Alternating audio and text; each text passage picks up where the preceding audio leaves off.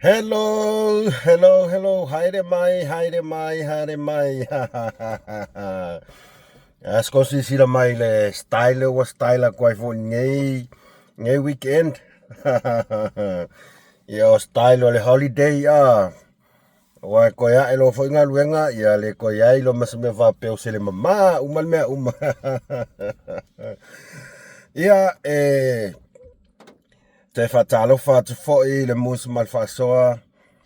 Ile nei vaenga o le astona matangofie ile lofa maleanga lei o le atua o amai o tau ia fatalo fatu si o watunu pele Samoa si o matou si atunu e pele le loto maleanganga ia malo lava soifua malo langi malo le tawata ile nei vaenga o le aso ia o Amerika o te iloa le asfarile nei a o tau ia matou nei ni sila Australia Samoa ia o le aso to ana ina ia matou ia vi ia langa le o le tua ilo na lofa fai pea ia te tatou lan whanau i le aso ma le aso i lana tausinga i le ngata i le tele o whaamanuianga o Malo Sertino ma Faufau e sili la le anganga o na whaamanuianga i foa ia te tatou i taimi uma maso umora tatou wola alai mea ai o vaeno ia so o se whaamanuianga so se awala ia maisel e fou lea tātou te mana vaina maua e tātou le ola ma le whaafouina i le aso ma le aso ia o te tatonu lava o lo manuia lava o tau i le alofa ma le anga leo le tua i nai wō ma paanga o le MUSS MA LE FA'ASOA e le ngata i lea. Ia o le tātou inga o le whaatotua i le tua sa mo o tātou sole. Ma koe ia o le iloa ngi ia kungu e moli mai ai alo whaanga o to tele o tātou wō tātou paanga ia o Alaska. Whaisko a kele. Iso o se tu e fia laulangi ia. Whawhetai lava, whawhetai tele mo lo whaanga. Whawhetai mo tau finangalo whaalia i lunga o tātou videos. Mana ia tau finangalo, mana ia te rel whaasoa mai. Ia ele au tasia le ia se me au ese ia telo finangalo. E tasi lava whaatau whala inga lea sao e lunga i kako whaasoa. Ia o le tātou lango ia ma whaamanuia le atua le tātou vaenga whaufai ia po le whainga malo fau o le kaiminge e le whaapea o atu le fast e taitai le vaenga whaufai le ai e o atu o le whainga malo Samoa atoa kako malama ia ngā mea o le vaenga whaufai ia o le ainga o le fast e leo tūra i mai le foe e taita ia matautua si o tātou atunu pele o Samoa. Ia, whatalo whātu i nai tamama tina matua o asesina si o tātou atunuu. Ia, taitono lo o matmia lava o tau leanga leo le tua. Ia whapena foi. Ia, au whaalpenga. La inga sa le vi, maulantau whalitua e maise no whaalo. So se mea lava o lo au mauai. Ona ole talainga le fionga le tua ma lo lava ma lo talo ma lo whapalpale ma lo lava le onsai o te langona e le aise aso e saunga le mupea e iai lava whawhita au le maalufia ia o istaimi e le iloa e tātou whewa i lungo au wala tele le iloa ni whaalau lave tupu ia elvi inga lava i le atua. Awa o lana fio lava o lo pui a te tātou. Ia mamalu tia lo tātou ola. Iona a aoanga le lei. E mamoli atu fo ia lo faanga, ma whananga, pe a whai o iaini a inga, o ufitia i le au pongsa, ona o le wala au le atua. E ala i le maliu maleoti, ia ia le whananga le atua, ia te outou, o ia lava na te fōai, ia o ia fōi na te toe avesea, ia lava ia oti o na o le li. Ia ilma whananga o le atua, ia te outou so se ainga lava mo i lātou mo sia mafutanga ma e pele ma e mamae ia iai le whananga o le atua ia te outou umala a whaifo e nisi outou o lo whamanuia ni aso soifua le nei aso happy birthday happy birthday mo outou umalava o whamanuia ni o lātou aso soifua le nei aso ia malo aso sfurtolu le nei o September ia lua suma lima ia whamanuia le atua pea whapea o le aso nei whamanatu nai tō aso soifua ia lofa le atua sa na whaopopo ni se aso stele mo outou ia wā lava whaatino ina o so se ngaruenga ma so stiute ua ia wala au inai outou tau te tofi ai happy birthday to all of you guys happy birthday ia ai se matas tatou whaasoa pupu mo le nei aso ia wā foi se tatou tatanoa ai ma whaasoa ai ia tatou manatu mo ni tau whinangalo ia wā foi tatou whainga malanga e maise lava ni mea lo tupu si o tatou atunu kele mea lo kupu kakoa kungu mea lelei o mea wha lelei ia kau ke whaasoa ma wha ali ni tatou manatu ia ole nā ua nofo si la fia le mamalu o le atunuu ia e pei ona whaamanino mai ma whaalawi loa mai ia nisi o tō whinga kapineta ai o tō whinga umalawa kapineta o lea leo o iso leo paule mea lea o manino nei i le whaafonga ma sila le tātou atunuu ia o lea o whaamanino mai ia le ia o mautinoa lava le fionga ile li pa le mia filfilia le fionga po se sunga ila aule mali toa ia olona soa tau po sui palmia ia naua iai ia le princesse ia po le queen dan tato vai Faufau le fionga ia Ana Rosa Mulipola Ana Rosa Mulio ia ole fionga fong fitalai ia nau tau silafia fa pena fo sunga fo fitalai sui fo fitalai lo tula i mai ai le tau sala mai ana fa ana fa ai pete wa sela fa longo peia e manino mai fa tanoanga ma le faila tusi al tato ai peia e lua sui fo fitalai le wa ai lua foi ia sui pane mia peasa o la whanongo. A whai e moi, ia o nisi mea fau ia o leua whai mai e le palmia mana matato a inga fast. Ai pe ia whasa mai au, ai pe wala o whanongo longo ngā ngai ai. E lua tato sui fonga whetalai. Lua foi ia tato sui palmia. Ia ese foi ngai fast o le ngā leo mai ma whai mea fau. Ia whai kwai foi. Ai o tō whinga i o main star kapineta mo la tō suirongo lango ia ole a leo o e lavas whamatalanga ole a leo o e lavas whamatalanga paule mea i o tātou tuu i le fionga i le li palmia na te whaalau i loa ia mai ia lana lan kapineta o ana main star ia ma sui lango umo main star ia tātou tā lia le aso lua vers fau ia e manga ia foi ngai pe mangiki kingo pe wharongo longo i kako sui ming skafo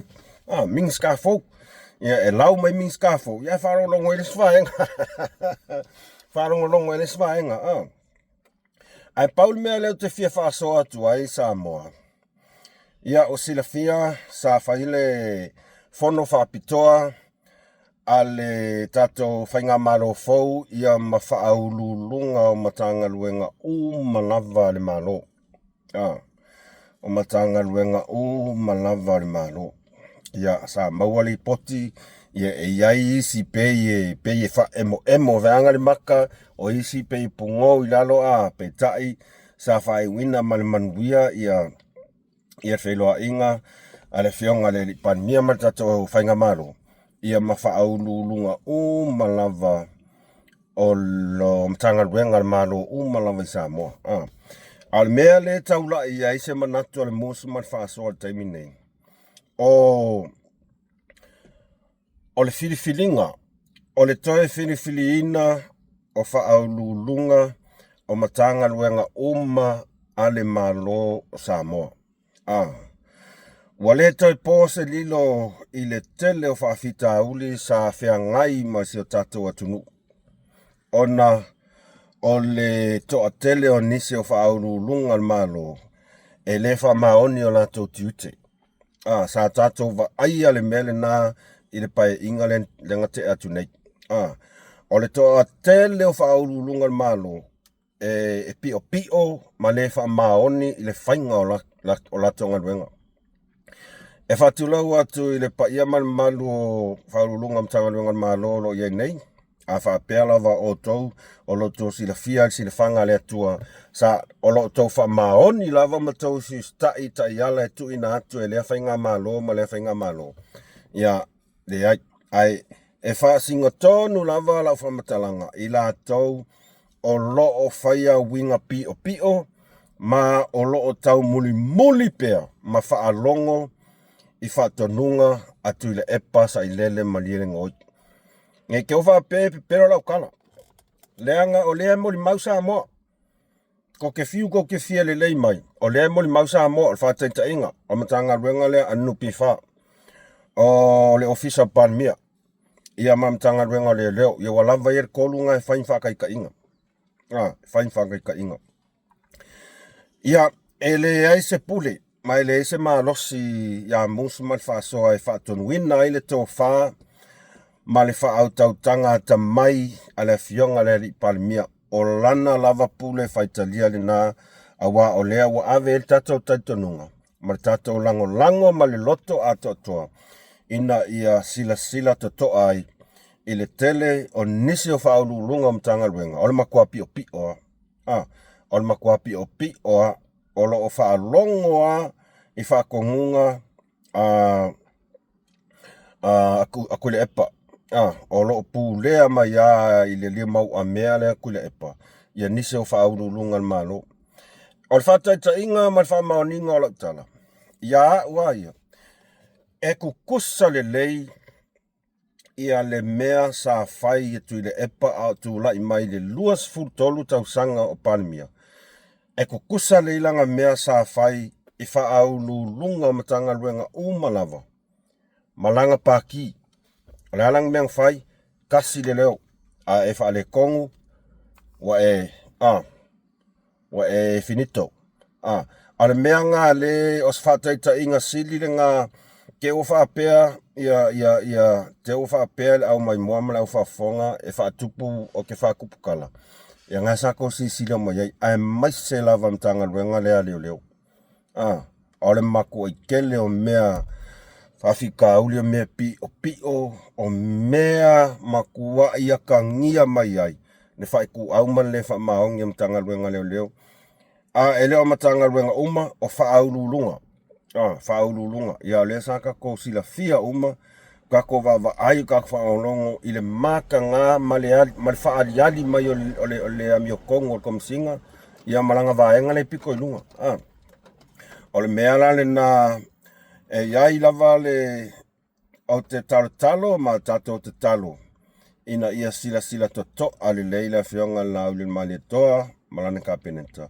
I kua inga karaka ia. Awa po lea lava se mea po lea le mea le kaumwhai ko le whainga malo fau e whai ia le lei mo le tunu atoa. Ai api o pio a kakalei lunga mkangaruenga al malo. E fiu e whai. E fiu e whai. Ma o ila koufo inga la alikir kelo confidential documents ma mea wa penga o li poki o ila koufo inga e le wa pere I kupu o le maku ai kelo menga kupu karu ai e mafua mai ila au whainga ruenga I al malo le ka upea ma whaalongoa I aku le epa. O lo tantanunga e pei o masa salonga ia lea kau ke whai ia le whanga whau whai he tapipi. E nganga mu mosu ka ia e whakea kure epa. O ngā makua I kele au mea lai o wai. E le ngā kau kupe o whangua o mea o. O le mea konguanga ki nganga ingo tulau lava ma le fia ma manga nga'o wa kaunga vesi kula e pa malpaki ai le mafai langa o lai lau kei lole le ole ma kwa ke lea mele o ia kule epa e fa pe nga foi la le ko akele o fa ululunga a malo a fenga venga malo mo ia e nga fainga ka o nga sui de la ko mindset o le mele yai kusa manga nga o e faile a milton a wale mafai a se mea o nga e faisima ka ukia o mele o ia kule epa a ngofonge ma Faufau e a inga ngei i vaenga rea o le HRPP ma faululunga o mtanga luenga malo e leo ilato uma a e kasi al mafuanga o keiloa lai lango ya makau pe upe yangi ka ya kule epa o nga e faias ke leo o nga fasa o nga yanga sala ye o ai i ya kule epa al me mo nanga o faisi umio tula i maito ina e vem palmio le tunu ya ngau ko si le fia uma kule epa kasi leo vai le mea ngar kamalea ai le whaalongo me kia e wai ka ko ngofum ka koe ma Faufau ai tatou talosia tatou whaatatali po lea se whaatou whaala inga e iei leo kat kongunga o le makua kele o suinga le la sui ia e le ngar kasi le ngar lua le ngar kot nga peinga o ngai mea la hiki le kau keilo ai ke le mea la sa whai ma ko inga ke le mea la sa whai ma la fionga al palmia ia tatou talia taime ulfale tonu ia on tatou wa ai le iai po pe wha maka o le ai aingi suinga e ngisi o wha aurulunga mkanga luema au ke karikongoa e iai e keli o le lo yo sili le skaka o le van kongi fafo o lo yo sili le skaka o le van kongi fafo ngu kelo me nga avaku anga ale fa ka oso mai fai melong fia malo si fai mai ia o lo yo sili le skaka kong kusava pe au ye fide mo mai lo yo sili nga fai la mi kongo ale va ya ku sole le ai ele ma lo yo sili ia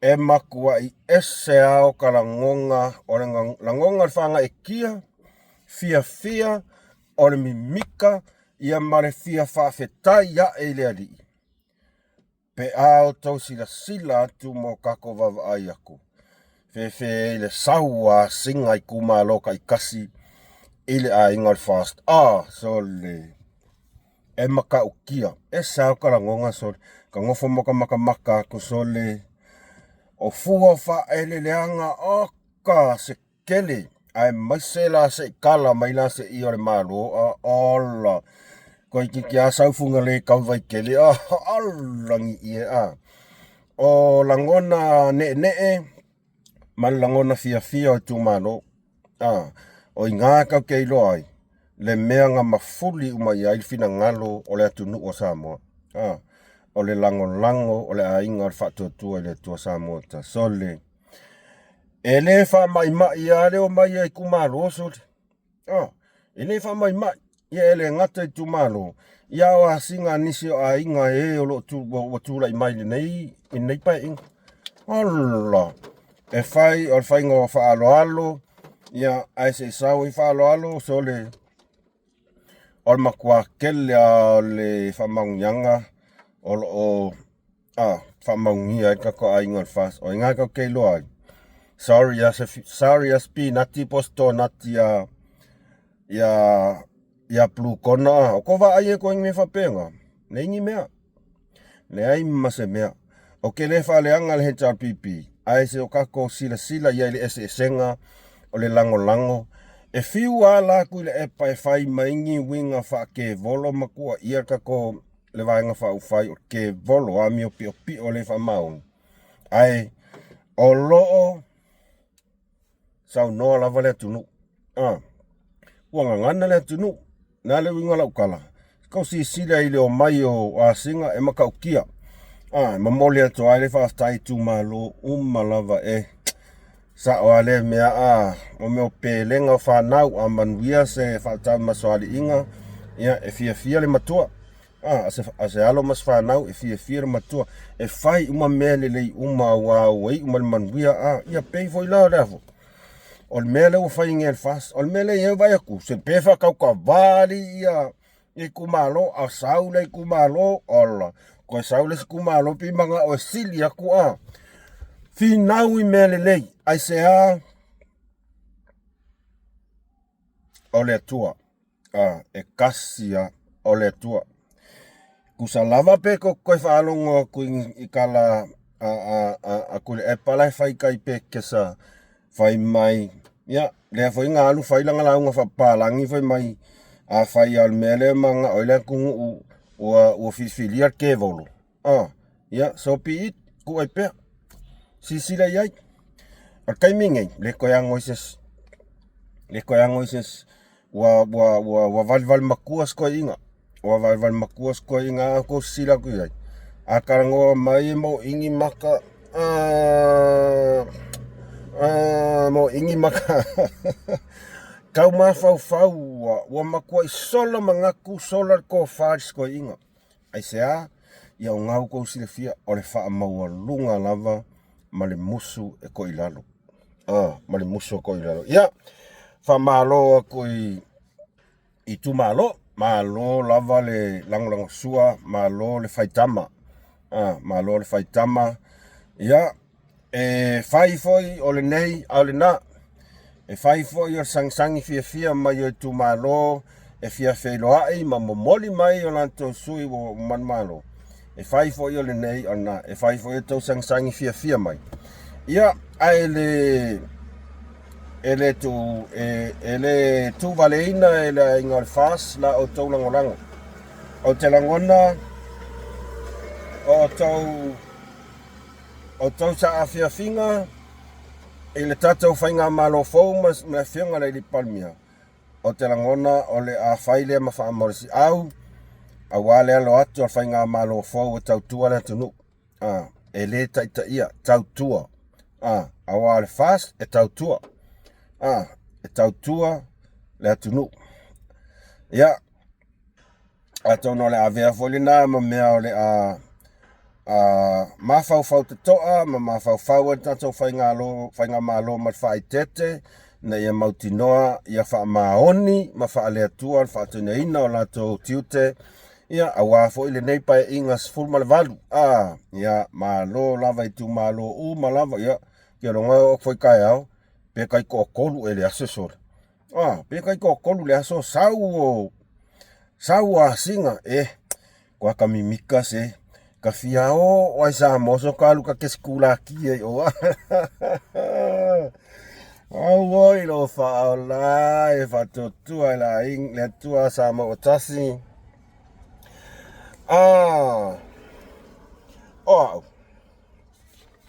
sa ia nga polo makamaka ai post mai ka le video i lungo Facebook ale fasalau le ngadi le ngadi ngupua ave le i skadia fatal no mai ai le fo isa ave masuita va le HRPP mai le tu malo va alfonti ia na auto se le fia fo ile ta mali isa ave ma pulisili o le soifua maloloina ia le sunga ia Dr. Naseri Dr. Naseri ia safaka kangoa maila kakaleo sai ore me malia i mo morkanga ka kau mafai e Faufau se mea Faufau angianga fesili e kau mafai e makua i whaaleanga i ale fast mo le nga saku nga fesili nga kaleo sai Dr. Naseri e kusai ma sori kula fonga le fase fa ko singa ma kufanga kupe sa fa isa mo ia wasau le ngei marenga o upo e fa leanga ai makau mafai ia makuai unga i mai le finangalo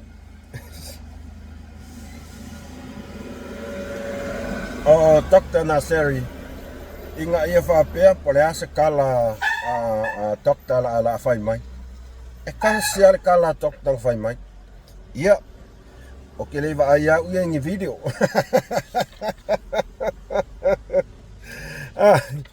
Ele ai angi video o wa ai ia uia. Ele ai angi video o wa ai ia uia. Ia o au ia. Ia. O man whainga paloka ia. Hai au kula i mai ia lango.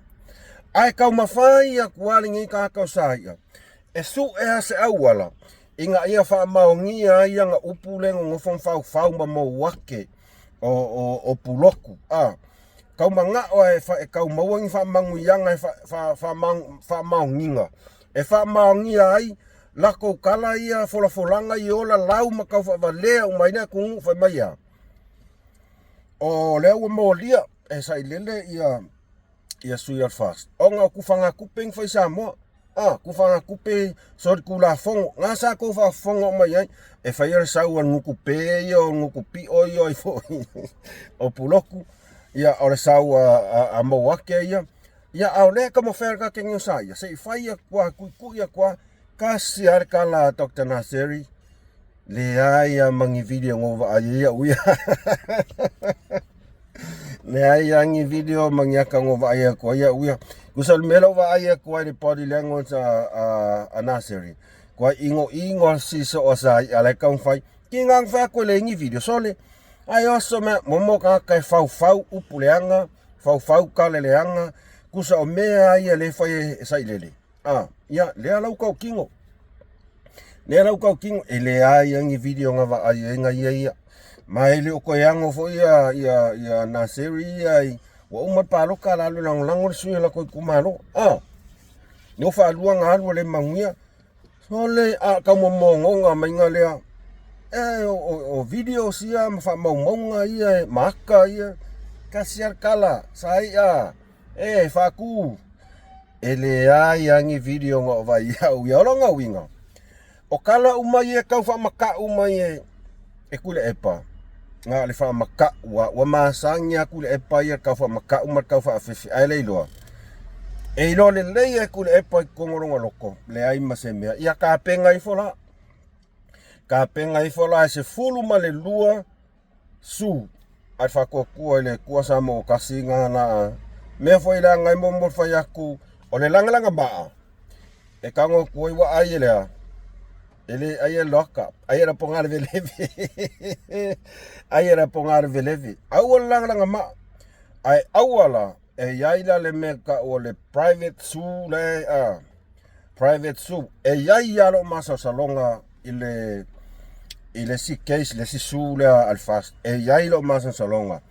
Kalosia pe afai e saolo. Le foi nga ofa soa kuai pole sa so verso ngai por verso ke ak le ngo fa so kwai ile sori kula fongo onga he chat pipi le nga fai ele amakafa ko singa e yai la ngala ko make ia mai o ke la ngonga yai lo masa salonga ole me ole su private la nga al fast dela ave ma ole makua i fa maungia nga leng sing silo mai sa mo si silo mai sa mo ya ese maila masuas fulmalua sulua pesukas nga sula ngai fa sangane ya o angera ye mea lengo fa ya kwai ole ko fi ngau ma ko fai sa saat ya kalsingi mal pensingi la fi nga musa sa le afi e ko e mua ya folinga o ke lo ko fa longo kwa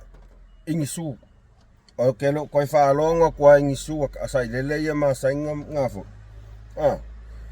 ai ia ko ka penga ia ko ka penga i mea ia la wak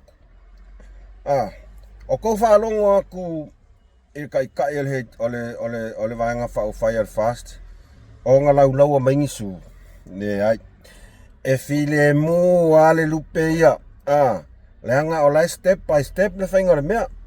O lea tau la ile wa ai al fast, ile wha tau tonga, ia mar wha alau i loa, alo ia o minsta lango ole kapeneta.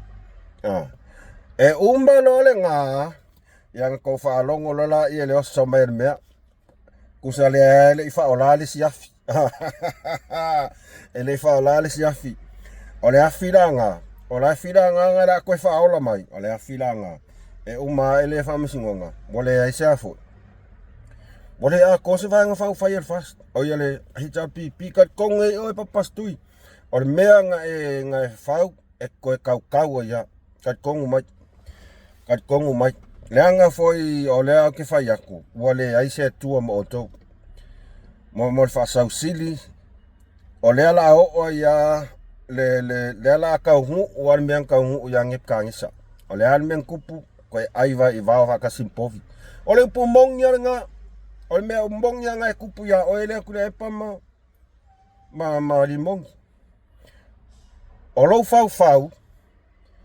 Ma lou wha mawalunga. Ma lou wha malos. O lou fia malosi. E ua ai haka simpovi. Mo ia. Ia. Walaka mai. E au whai aku. Walata mai. Remands. Walaka mai lei unga le HRPP. Ai sea. Lea ngai wa aia kua. Ua le aia masisi au kou e fia ko I lalo. Se I vanga na ai. Nai sui fou. Se I vanga na ai. Nai sui fou. Lea ua matua I wha maonia. E o. Ele wha tautonga. Good on you, boys. Good on you. O tautu malo. Mai au kou e leo kule epa. Ku ua pea kule epa mali mongi whai wha maulunga wa mele walaka mai. O le ai wawa ka simpofi. O le ai wawa ka simpofi. Ia. Saia. O le kala le nga. Le ai mangi video nga ova ai ai. Pe ua maa ere whias Ua maa. Ua makwai maa. Karikongu mai. O le vaenga lea. E le ko ye se vangoe sa mo. Makuai mi sia se vangoe sa mo. Mo ia. Ia.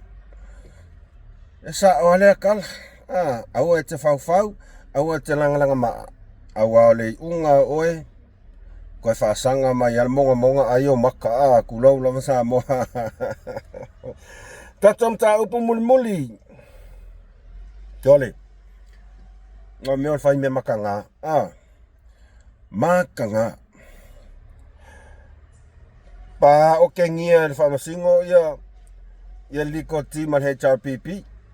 Makuai o ke ngia le anga le whamasingo. Ia lo ia le HRPP. Ne la fionga ia Leota Raymond Sister. O ke ngia le fionga whamasingo. Ia le liko tima le HRPP. O ngā e le ai mangi evidence ngā lako kāpenga inga. E whaavai ai karasanga a lako clients ia ngā koe manganga o koe whaakingo na recount. Kau sila ia sa mua ngā mea maka ngā mea e whai kude e pai ia maranga vaenga. Ngā mea maka ngā mea e whai kude e pa. O le ale a fia uma sui mamalu o le HRPP. Ne ai. E iai leo kat kongunga. O sui fou o le au mai e revive le vaenga whai peikai. E iai lava leo kat kongunga. E uma suia. Sorry ase mea. Kuko kasi umangai sui fou. Bala le a koa se afo. Na le a kongi whai pule e whai kou. E kou vaenga whai. Ia sewa ai mo le. A kule epa. Wa whai asi umbinga I konga palmengi. E kaunga malama li lei. O le melenga whai, kusa ngare kongia. Kongia ia kusa le mangakua kule epa ia malanga liko team. Kusa o makwai whaakalonga I vai e ngika ngaka luenga fita a fionga e li imta mai tai whamasino. Ai mai se lava ila ngā luenga fita a le fionga komsina a whainga paloka malanga whainga luenga. Ia se vai e. Ia le unga nga, o le okengia mo ia, le ingi evidence. Au ke nei loa, parahal mea nga manga o i o whaile rikiang, o la ai kilo kua whela, kai whaase lau, kai fias fulu, kai fiase lau, ia me vaa ia. Ai whea koe mai evidence le ingi mea, ia mpaulanga mea mau. Wha mai ia, ko ele professional whaingo konga ruenga. Maka ngā kuai, mangai ali mata mai tai lo ia lo nga lue mo le vang Faufau. Ia make foi oko. Ngai ko ke va ai aku le karfea ngai sa kaunga aves ko advice ya ku le epa malimong. Kaunga aves advice. Ele tarfea ngai o ngai sea ngai ko sisi la ku le vanga e vai. O makua okay longa ya ko umarsami ko menga ko ke manga o. Ya e pekai. O fa ya ko fa valvalea mal lokoleanga ku le epa. Ku so Faufau nga ku le epa. Ma mea o follow ya. Fa ku fo iso se mea fa ko ku le epa follow. Le alan melo a mai. O kengia. Sa kaunga o kengia ku le epa. Tele yo ya ngai ko inga plaza ma Faufau ya iso. Nga o mea makanga mea nga ke whaia kai mingai. Ele o ko ya se mea le lei o ma Faufau a papastui. Malimong. Mafong koe. O le ale a fia masui mamadu. Ai mai se a sui fau. O le ale ai skala vea sui fau. Langa le vai aku sau sui fau le ai. Sau e alofa e la koe kumalo. E a whape ingi si sui fau sau. Ai follow ya sai lele. Ia. E a fia umara o ko lau kalane whea. Nga o mea makanga mea e whai e sai lele. Ole a ole ka ua le he tapipi. Nga o mea makanga mea whai e ngei ka sai lele malimong. Ki ngā ngai loa ele o yaingi wha maumonga ele ingi evidence piko sili o ngā ka ua e ka kau ai o ngā koe whaida recount. Ai mo le pea ngo whai ako. Wa wha makanga, wa wha mainga ngi kangaka.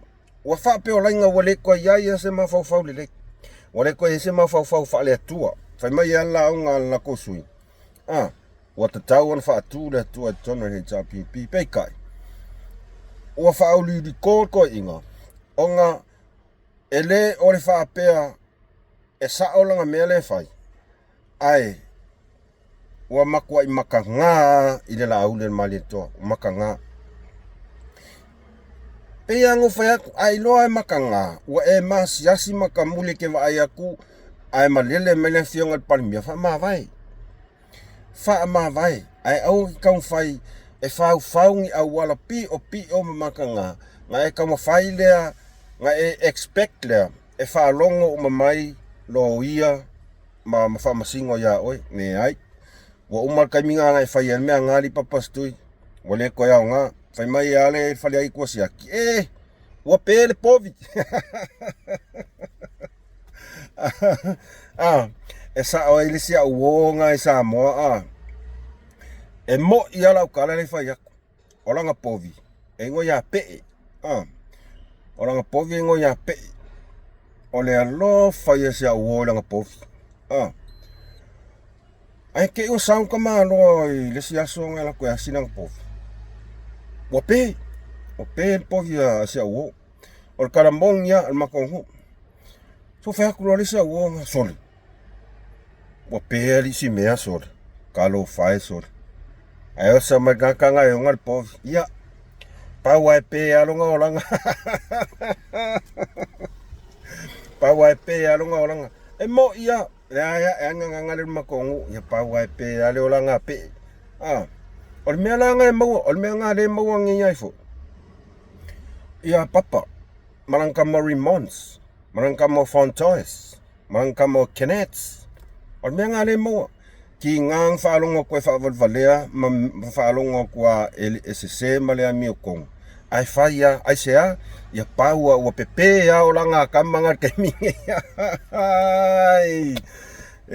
Fefe, la Samoa ia, o tato whasoa na, ile nei vaenga le aso, Samoa se o atinu pele, ai mai se ia nai pompa angal MUSS Ma Le Fa'asoa, ia paunas whasoa ne aso. Whaftai tele leo tau whaatasi mai, whaftai leo tau lango, ia e toi whamanatu atu pea, whamole, like, share, ma subscribe le kako channel, ai tato talia, wakwaianga o mele surua se wai, ia e tato talo, e le iloa lava me tupu, ke wale au lia se sky au, ai tato talo le tua, ta ina tuailo tato wola, ma o tau saifua, ina i o tato lia atu la surua, i o tato muli mawina lola, ia le whatautonga aloa ia, ale whainga malo fau. Ia mai se foi o le whatautoina man whalau i loa loa ia o Minister fau al kabineta. Ia mo lato Minister lango. Ai mo tami nei. Whaftai tele sa moa i lau tau whafonga mai, like, share, subscribe. Manuia tele toi taulumanga toi o lenei aso, mai a MUSS ma le fa'asoa, alofa tele atu mo o tau.